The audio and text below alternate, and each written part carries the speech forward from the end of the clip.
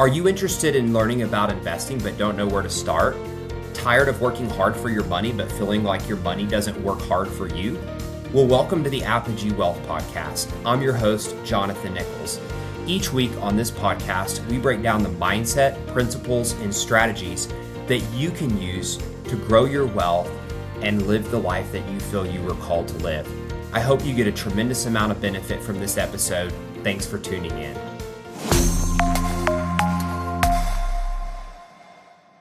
Hey everyone, and welcome back to another episode of the Apogee Wealth Podcast. Now, today is going to be a solo episode, so don't be too disappointed, but we're going to kind of take it back a little bit. We've had some very technical real estate conversations on the last couple of episodes, and so today I really want to dive into how to get started in real estate. So, some of the listeners have said, hey, what can we do if we've never invested in real estate before, but we want to get started and we want to take some kind of action before the end of the year? Anyone who knows me personally knows I'm a huge fan of setting goals. And, right now we're about halfway through the year. So it's a great time to reassess where your goals are at and see, where you want to be before the end of 2026. And perhaps one of those goals is to do your first real estate investment. So, I've been in real estate investing now for just a little under a decade, and I've seen people get started in a lot of different manners. And although you can go on YouTube or, channels and see different methods for investing in real estate, oftentimes they're very biased towards just the positive things about a given investment strategy. And so my goal is just high level to give you some tips, some tools that will help you to get started in real estate investing and tell you the truth about what are the good things and what are the challenges that you would face with each of those strategies. Now, to kick it off, I'm assuming if you are interested in this episode, you're probably someone who's working a W-2 job. Maybe you're a 1099 contractor, but you're wanting to get another layer of income in your financial life in order to help you grow your wealth, in order to have more monthly income. And real estate is historically a great way to do that, right? Many of the wealthiest people in our country invest heavily in real estate, and there's a lot of great reasons for that. So, know that you're going into an investment sector that is very strong and has a lot of opportunities in it. However, there are also a lot of pitfalls, and you can make mistakes that can hurt you financially instead of helping you. And so my goal today is just to get you down off the right path, to give you some things to think about that might be of use. Now, the first bit of advice that I'm going to give, but perhaps it's going to be the most important on the whole podcast, the number one reason that people don't get into real estate investing who want to is they simply don't take any action. They don't do anything, right? So what happens is, we're going to talk through 5 or 6 different ways you can get started, and people will just go in circles and circles and they never make a decision. Or maybe they decide on their strategy, but they just never decide on a property or a project that they're going to undertake, right? And so my encouragement to you is write down your goal, think through these different strategies, decide which one fits you. Only pick one, because otherwise you're just going to be distracted. Write down your goal and write down a plan to make that goal happen before the end of the year. It's extremely doable halfway through the year. But you just need to be intentional about it and focused on what it is that you're trying to accomplish. And so 99% of people that want to get in real estate investing never do.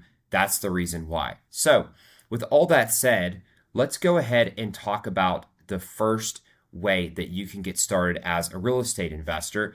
And that is what I like to refer to as the house hack. Now, that is not a term that I coined. It's very common in the real estate space, and perhaps you're somewhat familiar with it. But the idea behind a house hack is it is the, I would say, most leveraged way to start investing that you can possibly invest. And what do I mean by that? So a house hack is when you go in and you buy a duplex, a triplex, a quadplex, and you finance it with personal mortgage, a personal primary residence mortgage, just like what you would for a place that you're going to live. And you actually live in one of the units while you rent out the other units. And the reason is this is so powerful. For example, let's say you buy a fourplex, right? And just as an example, let's say that your monthly mortgage on the fourplex is $4,000, right? Could be a little higher, could be a little lower. Let's just say it's 4,000. And let's say that each unit rents for $1,000. Well, if you go buy a fourplex, number one, because it's a primary resident, you can get into the property for as little as 3.5% down payment, right? So most of the other strategies that we're talking about, you're looking at 20, 25, 30% down payment. So let's just say said fourplex is $500,000, right?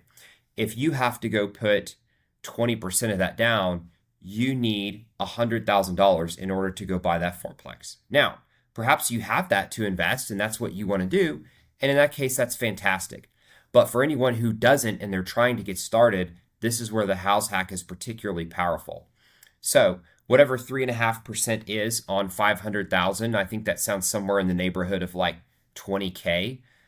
You can put that as a down payment, get a primary residence mortgage, which means your interest rate's going to be about 1% lower, probably about 6.25-ish, 6.5% in today's interest rates.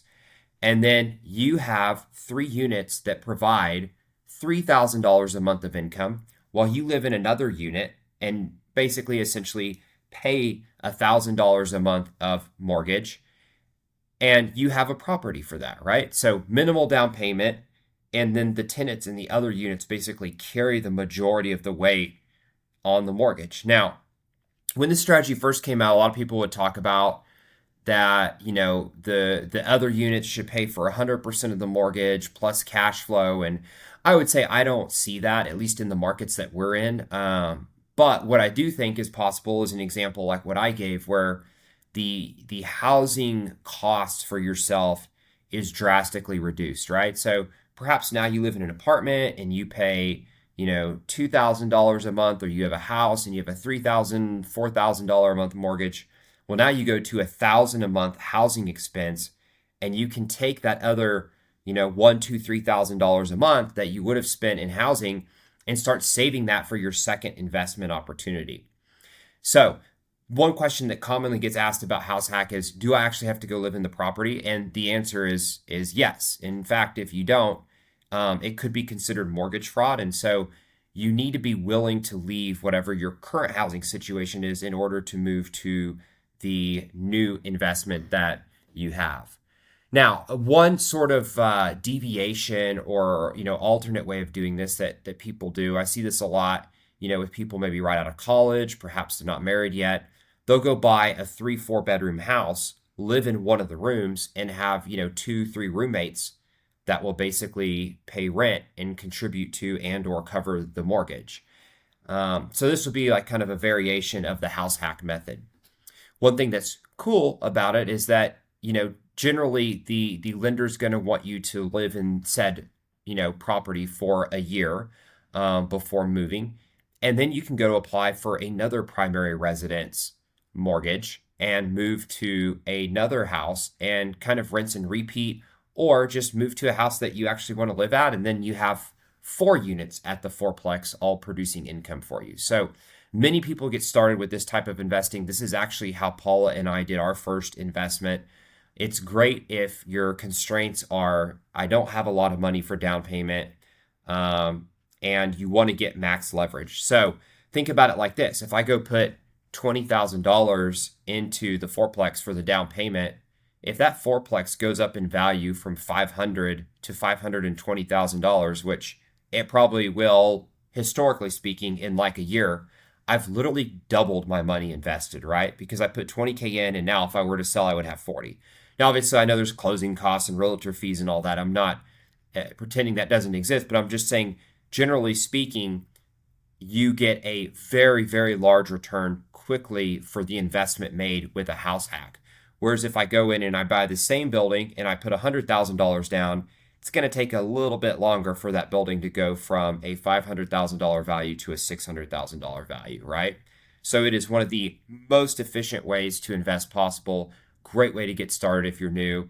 And that's one of the reasons I've elaborated on this strategy so long.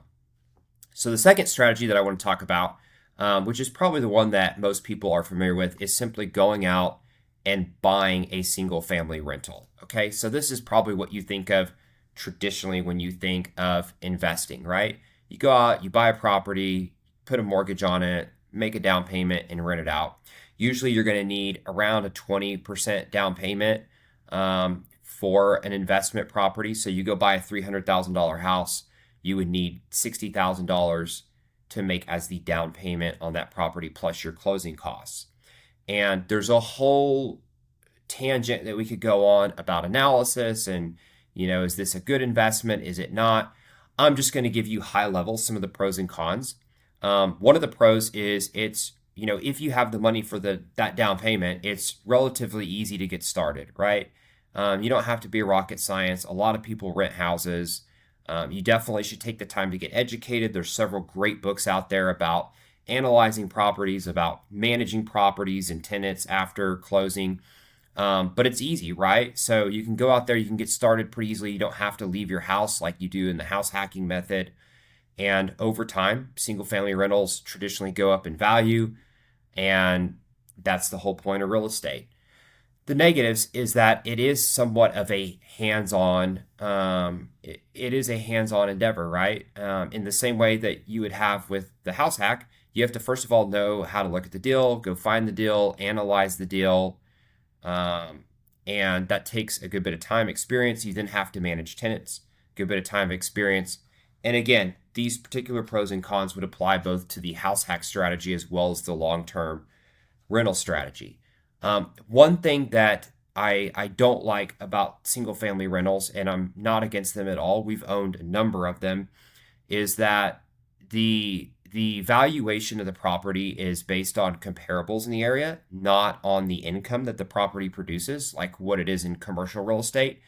And for that reason, you sometimes can have very large repairs or expenses on the property that don't necessarily make sense in light of the money you're receiving. So let me explain what I mean by that.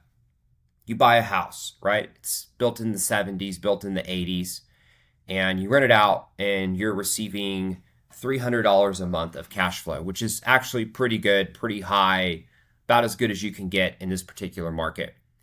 And, you save that or you have that money coming in for a year, and then you have the HVAC go out and it's a $3,000 repair. Well, you literally just wiped out your cash flow for the entire year. And then maybe you go on for another 2 years, right? And you're making $300 a month. And so you now have like $6,000, $7,000 of cash flow you've made. And then you find out that the sewer line needs replaced on the property. Well, there goes your cash flow for another 2 years. So what I'm trying to communicate here is that because they are not valued based on being an income producing property, it's really easy for those properties not to support themselves, particularly in light of large CapEx items that can come up from time to time. And so it's important that you get a good inspection done when you buy the property, stick to your guns on, repairs that you need made or concessions, etc. But those are some of the pros and cons of single family rentals. Now, another strategy that people often ask about is fix and flip, right? And so this is where I'm trying to go buy a property that needs some work. It needs some TLC, right? And what I'm trying to get in return for that is a greater equity amount after I'm done with the renovation. And then that gives me the option to either go sell and or refinance the property. So let's do some numbers again, right? So you have the same $300,000 house. And, it's in distress, it needs new floor, needs some plumbing work, a new roof, whatever it might be. Let's just say it needs $50,000 worth of work, right? If I can go buy that house for $200,000 and then I put $50,000 of work into it, my basis for the project is $250,000, but I now have a house that's worth $300,000, right? And so I essentially have an extra $50,000 of equity right off the bat. The challenge is, of course, finding a project and being confident in your numbers, both the current price you're paying, what the property is going to be worth after the renovation. We call that the ARV, after renovation value, what it's going to cost for your CapEx, how long it's going to take, and all the little ancillary costs that are associated with doing a renovation. So think like city permits, think having electricity on the property, think vacancy costs, which is basically paying the mortgage for the property while doing the renovation. All those things have to be accounted for in your analysis. And I will say that fix and flips, while you can exit with a lot of equity, they have more risk than what I would call a turnkey or like a ready to go single family rental. So there's more areas that you can, get caught up or get stuck. And additionally, it's a whole bunch more work, right? Not only do you have to be more detailed in your analysis up front and finding the deal, once you close the deal, you have all the work managing the renovation and then deciding what you're going to do with the property after you're done. And so there's really two options here. I hope you're enjoying the content of this episode. I want to take a quick 15-second break to thank our sponsor for this episode, which is Apogee Capital. Now, Apogee Capital is our private equity firm that we allow investors to participate in large-scale multifamily investment opportunities through. If you're interested in being a passive investor and would like to learn more, you can find information on our website, www.apogee.com. Link is in the show notes. Now, thanks and enjoy the rest of the episode.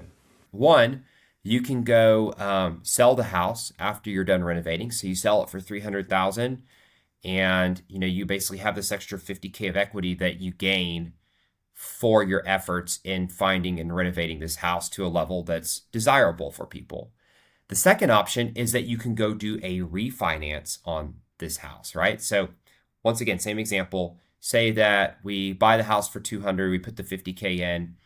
And let's say we have a mortgage initially for $150,000 for the $250,000 house, right? And then we put $50K into it. Well, we may be able to go refi for a mortgage of, the $200,000 or $250,000, let's just say $250,000, at which point we have no money in the deal, right? Because we had a mortgage for $150,000, we put $50,000 down when we bought the house. We put $50,000 in the renovation for a total of $250,000. If I can go get an appraiser to say, hey, this is worth $300,000 and get a loan for $250,000, I suddenly own a house that I'm renting that I have no money in the house. And so the idea then is that you can rinse and repeat that and then just go buy another house that's distressed, fix it up, start renting it out, pull all the money out through a refinance, and just continue this process indefinitely. I'll tell you, in the real world, getting 100% of funds out on a fix and flip is difficult, but it's not an all or nothing thing, right? Like you may, instead of getting all of your funds out, you may have $10,000 left in or $15,000. Well, it's still incredible because you have a piece of property that you only put $10,000 or $15,000 into, that you can now continue to use the rest of the funds to keep buying other properties and scaling your rental portfolio. And so some people call this the BRRRR method: buy, renovate, repeat, refinance, repeat, or something like that. But the idea is that rather than just selling the house and taking the money, you leave it in as an investment and then just go on and buy your next house as an investment. I would say if you're not in a position to house hack, and you don't necessarily like the just straightforward single family rental, or rather you want to maximize your money, this is probably the best strategy. The negative is that it's much easier to make a mistake when you have large renovation projects if you're not familiar with all the gotchas. And so you really probably need some guidance on how to inspect a property, how to budget for renovations, maybe just do a project with an experienced investor for your first one. That way you kind of get the hang of it and don't make any really large mistakes, right? So I want to mention one other sort of genre of residential properties. And for the listeners, just so you know, there's kind of two main facets of rental properties, right? You have residential, which is single family homes, duplexes, triplexes, and fourplexes. And then anything that is 5 units or above is considered commercial multifamily real estate. And the big differentiator there, just so that you know, is that, as I mentioned earlier, the smaller properties, the residential, are based on comps. So what did the neighbor's property sell for down the street? How does yours compare to them? And then what's a reasonable price adjustment based on the differences? Whereas a commercial piece of real estate is valued on the income it produces, specifically the net operating income, which is the money that you're left with after you pay expenses on the property. So you have income, you have expenses, the money after those expenses is the net operating income, and that's what guides the pricing on commercial real estate. And so one of the reasons that I personally love and do commercial real estate today is that there's a little more control in the sense that you can push pricing. We call it forced appreciation because the value is based on the income produced. I would say, though, single family rentals, even with the comping method, have a tremendous amount of opportunity as well and could be a great way to get started in real estate. That's why we're talking about it on this particular episode. So the last kind of option for starting if you want to do residential real estate is what I call like alternative renting. So this would be things like short-term rental, which I'm very familiar with. A lot of people do like ADUs, assisted living, stuff like that. Basically, the idea is to maximize the income producing potential of the property. And usually the trade-off with these methods is that it is significantly more work in order to produce that additional income. So just take short-term rentals, which I'm really familiar with as an example. Maybe my house will rent for, $2,000 a month. But if I do short-term rental, I can rent it for $4,000 a month. And you're like, wow, that's great. I was only making $300 a month of cash flow renting it as a regular rental. And now I can make potentially significantly more. What people don't think about with these methods, once again, just using short-term rental as an example, is one, the additional work, but two, the additional expenses, right? For my short-term rental, I need someone to clean the property between visits. I need someone to manage the guests and answer all their questions, complaints, concerns. And in the event that there is something that breaks, you must be able to resolve that problem immediately if you want to be successful in the short-term rental space, right? So maybe you have a faucet handle that's loose and doesn't work. In a long-term rental, if you repair that within a few days, that's considered pretty reasonable. Whereas with a short-term rental, the guests would expect it to be immediately fixed or they're going to be asking for a refund on their stay, which obviously could wipe out your cash flow pretty quickly. So these methods are great for someone that has the time and the desire to be super hands-on, basically have a part-time job and really maximize the income producing potential on their real estate that's bought, right? Once again, you could go out and just purchase a property for a short-term rental or alternative investment strategy. You could do the fix and flip method I mentioned, refinance and do that. You could do a house hack and then rent the other units in that manner. So there's several different ways that you could approach it to acquiring the property, but running the actual ongoing business, that is kind of the pros and cons behind it, is additional work, potentially more income. So thus far up in the podcast, we've talked about ways to get into residential real estate. As a reminder, my encouragement to you is simply get started, right? Most people, they don't find success because they just don't do anything. And there's usually like one or two things that cause the excuse. It could be a lack of education, in which case you just need to go out and learn and find someone to help you. It could be a lack of funding, which I've given you a great strategy here for the house hack option. It could be just they don't take the time in order to make their goal a reality. And that comes down to sitting down, setting your goals, and putting a plan in place that's going to allow you to achieve them. So now, for the tail end of this show, I want to talk about kind of what we focus on at Apogee, which is commercial multifamily real estate. Like I mentioned, we started out in single family rentals, still own single family rentals. It's great.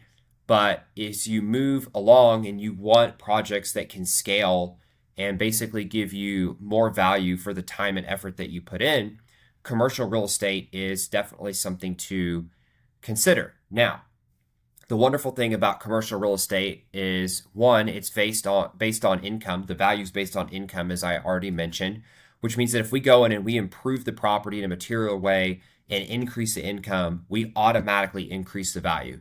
Doesn't matter what the comps are doing or anything else, we increase the value. And so there's a little bit more opportunity there that just doesn't exist in the residential real estate space. The second thing is scale, right? So if I have a 100-unit apartment complex and I'm 100% occupied and one of the residents quits paying rent or leaves or, puts in a notice to vacate, leaves the property, I've lost 1% of my income on that property. Whereas if I own a single family home and someone leaves, I've lost 100% and I have to float the vacancy cost for that property, right? And so that's where commercial real estate is really powerful, is it's almost a risk reduction in a sense because your income is not contingent upon one person.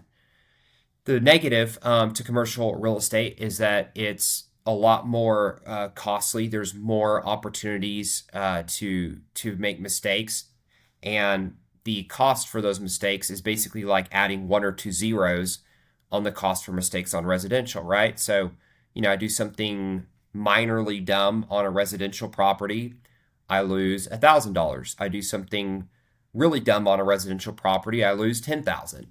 On a multifamily, something really dumb might be $10,000 to $50,000, and something really dumb could literally be like $1,000,000. And so you really have to know what you're doing from day one to get into commercial real estate and be successful. Otherwise, you risk losing your money, losing investors' money, etc. One other benefit to commercial real estate that I forgot to mention a second ago, because of the scale, you have the opportunity to truly implement third-party management. So on single-family rentals, you can hire a property manager to run your property. You will most certainly make no cash flow, and most residential property managers don't do a great job. So you're probably not going to be happy with the service that they do, nor are your residents.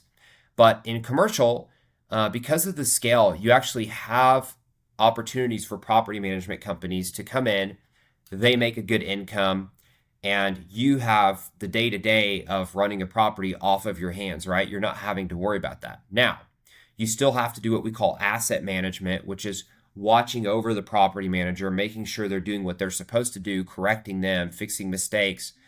But as far as like leases and talking to residents and fixing things, that's no longer an issue when you scale up to commercial real estate. And that's one of the reasons that I like it so much. My forte does not lie in managing rentals or working with residents. My forte is I'm an investor, right? I go find deals, I put financing together, put investors together, and that's what I'm good at. And so that bodes really well.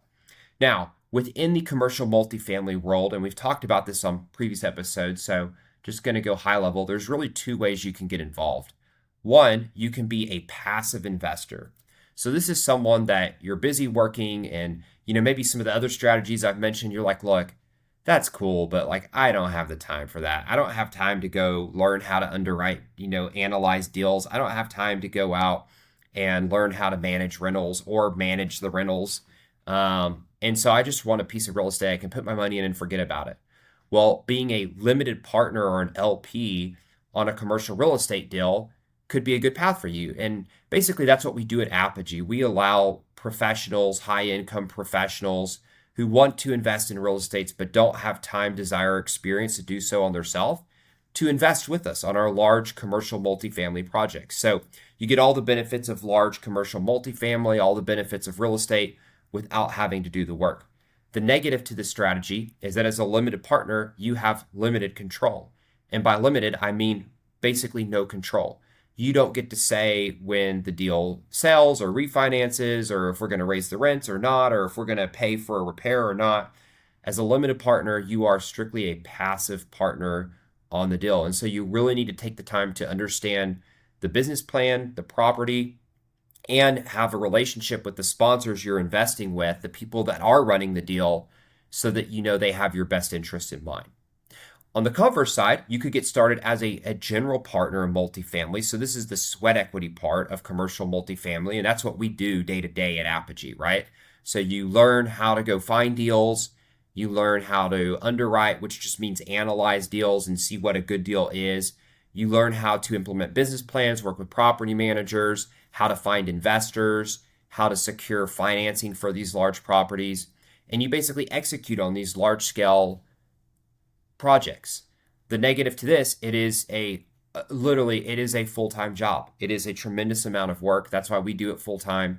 And so you need to be prepared for that level of work and responsibility. The other thing that I would say, and as kind of a soft pitch, is you need someone to help you get started absolutely in that particular space. And so, at Apogee, we offer what we call our advisory program. And basically, it helps people who they want to get started in large commercial multifamily to do their first deal. And so if that's something of interest to you, that's a way we could help with this particular facet of real estate investing.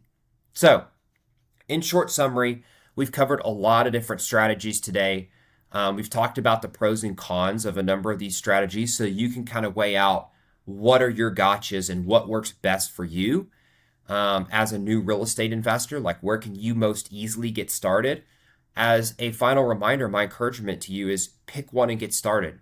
I have friends that have made tons of money in multifamily. I have friends that have made tons of money in single family rentals. I have friends that have made a lot of money in fix and flip, both selling and refinancing and holding long term. And yes, I have a lot of friends that have made good money in short-term rentals or other alternative type renting options. You can be successful in any one of these areas I mentioned, but you need to take the time to learn about it, get educated, become competent in this area, and then really focus in and be good at what it is that you do. And so if you do those things, if you pick something and you run with it, literally no reason that you can't get started as a real estate investor in 2026 and move on and be very successful. It's a great time to buy out there. It's more of a buyer's market for sure in commercial, but even a little bit in residential. So if you want to get started, I can't imagine a better time than today. Hopefully this episode's been of value to you. Thanks for taking the time to listen, and we'll catch you on next week's episode of the Apogee Wealth Podcast. Thanks for tuning into the Apogee Wealth Podcast. I certainly hope you found something valuable in this episode that you can take with you and apply to your own investing journey. If you found the show valuable, you can subscribe so you don't miss further episodes. And if you'd like to learn more about ourselves or our company, you can visit our website, www.apogeemfc.com. We have a ton of educational resources that I'm sure you'll find quite valuable. Until next time, happy investing.